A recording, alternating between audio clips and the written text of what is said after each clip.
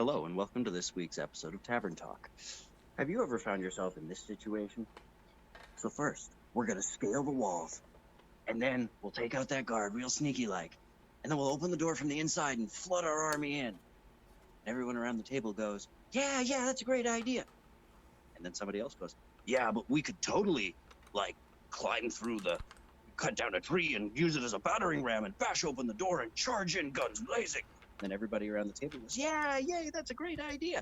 And then somebody goes, yeah, but we could climb over the wall and take out the guard sneaky-like and then open the gates from the inside. Yeah, that's a great idea. Yeah, but we could use a battering ram and kick open the door. Yeah, that's a great idea. You ever found yourself in this situation? Yeah. If you have, this episode is for you. All right, so we got the scenario. Let's define analysis paralysis. For those of you that have never heard the term before, analysis paralysis can affect many areas of a person's life. But in this specific situation, it is referring to the party continuing to analyze the situation over and over and over and over and not acting on it, being paralyzed by their analysis of the situation. I have experienced this on both sides, and there's multiple reasons for it. We'll start with, as a dungeon master, it is infuriating isn't the right word, because your players, especially if both plans are equally viable, you're not upset that they're being creative, but they are stuck in this position, and you don't want to inform their decision too much, but a decision does need to be made. As a player, in my experience, it's often that nobody wants to take that first step and to be the more assertive one. And that can be addressed in a multitude of different ways. But what's your experience with it, Megan? What are your thoughts? Definitely run into that as a player, with me definitely agreeing with everybody's proposed solutions, because they are usually all pretty viable solutions to a certain issue or situation. And and I know for me, I don't like to shit in someone's cake or rain on their parade. Basically anything that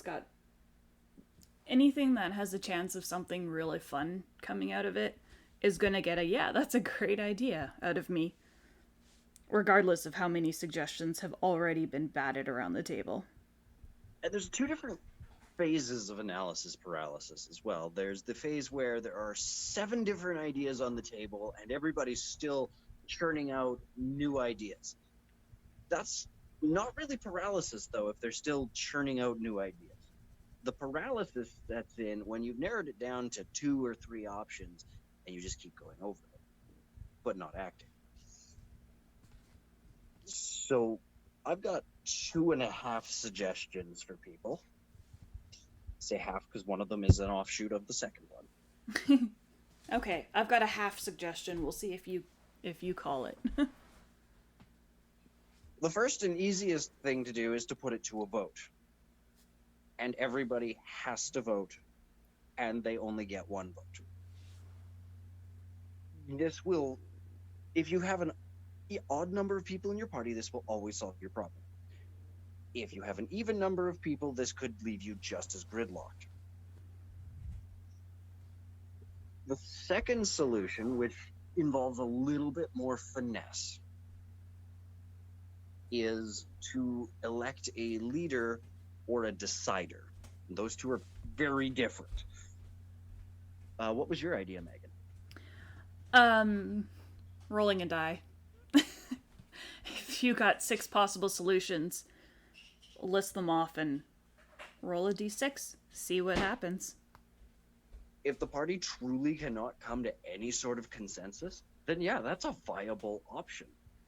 And I think in that case, that's where the dungeon master or game master needs to step in and tell the party, you have to make a choice. You have to kind of force them, give them a 60-second time limit. In 60 seconds, you have to have an answer for them. Yeah. And Professor Dungeon Master actually recommends using timers.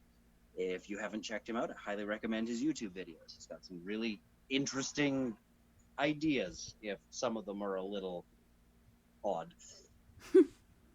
Not to everybody's taste. Just go check him out. He's not paying for that either. But the Dungeon Master, in that case, can force a decision, and in that case, you could roll a die, put it to a vote.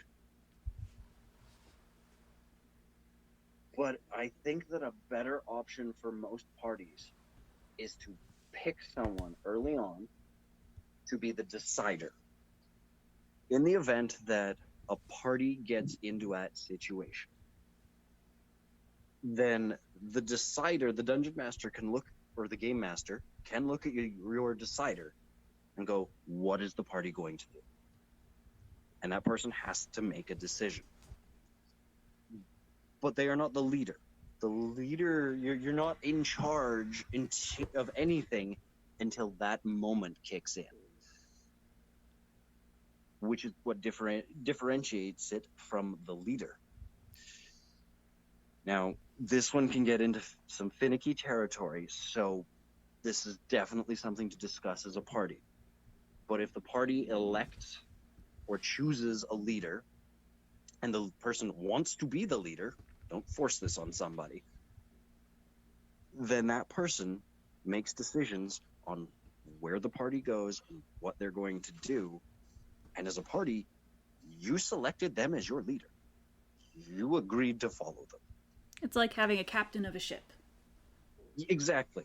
I had a campaign where, through the party deciding that they were just going to slough all of the good stuff off on one particular character, we had Lord Randy, King of the Giants, who was a half-orc that just continued to be in the wrong place at the wrong time and get promotions because his party would do amazing things and then give him all of the credit.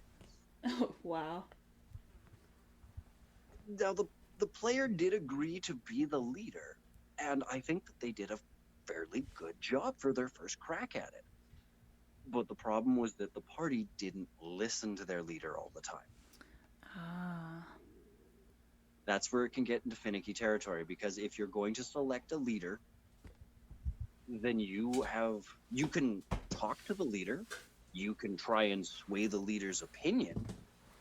But if the leader says we are doing X, then guess what? You're going to go climb up that mountain and go find X. Mm-hmm. Which is where I think the decider is a better place for many parties, because it is a group decision unless the decider is called upon. Yep. If you can't decide, then you can ask the decider, what's the party doing? You may also want to add the caveat that the decider cannot suddenly come up with plan, Y, because you're that far down the alphabet at this point, that no one's ever heard of, and pick it. Unlike the leader. Right. If you do go with the leader option, don't be an asshat about being the leader. Your party will resent you for it. And they will make your life miserable. And if your party has not agreed to have a leader, don't try and be the leader, because they will also resent you for it. It's okay to be helpful in those situations, to sometimes be more assertive than some of your other players, because you're going to have people who are anxious, who don't want to speak up, or those that are just fine with going with the flow. The story takes us where the story takes us. And those are all valid ways to play the game. And that's when being a little more assertive isn't a bad thing. But if the party is doing just fine and you keep interjecting with your cockamamie ideas of a plan, then that's going to get your party upset with you.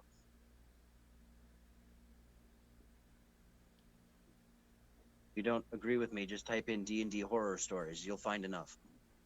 Oh, yes. Everyone always talks about being railroaded by a DM or GM, but it's no fun when you're railroaded by a party member that Yep. isn't even supposed to be in charge. Yep. Railroading's a whole other topic we could get into. We're not going to get into that right now because I could go on a rant. Oh yeah, that's way too long. So yeah, if the party is ever finding itself in that situation, the first thing to do is to recognize that it's happening. And it's easier as the game master than it is as a player sometimes.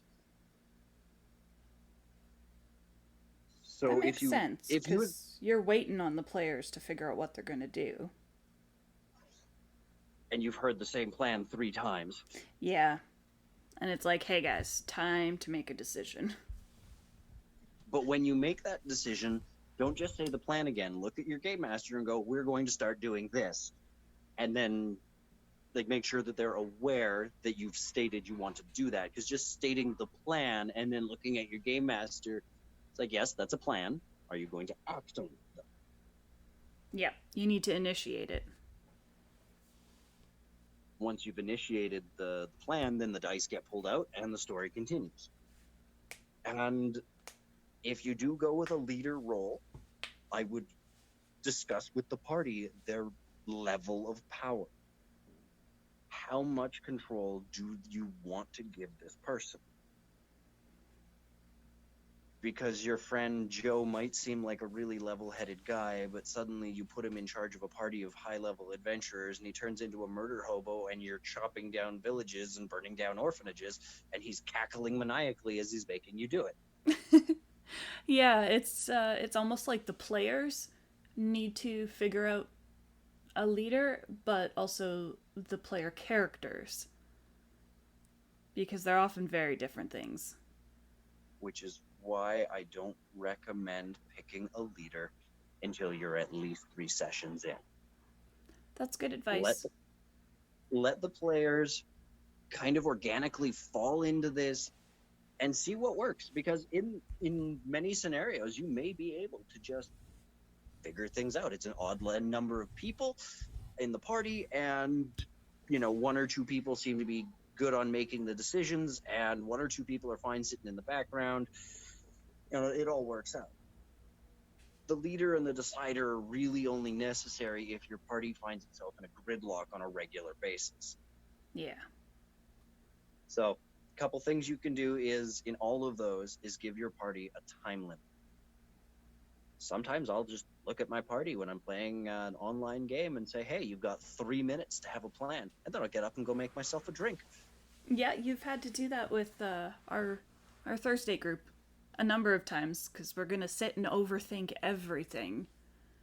Yep, and you're just like, hey, guys, you are standing literally outside a room full of bad guys. Figure it out. Like, what are you going to do? You can't stand there forever. Worst case scenario, everybody dies. We all roll new characters.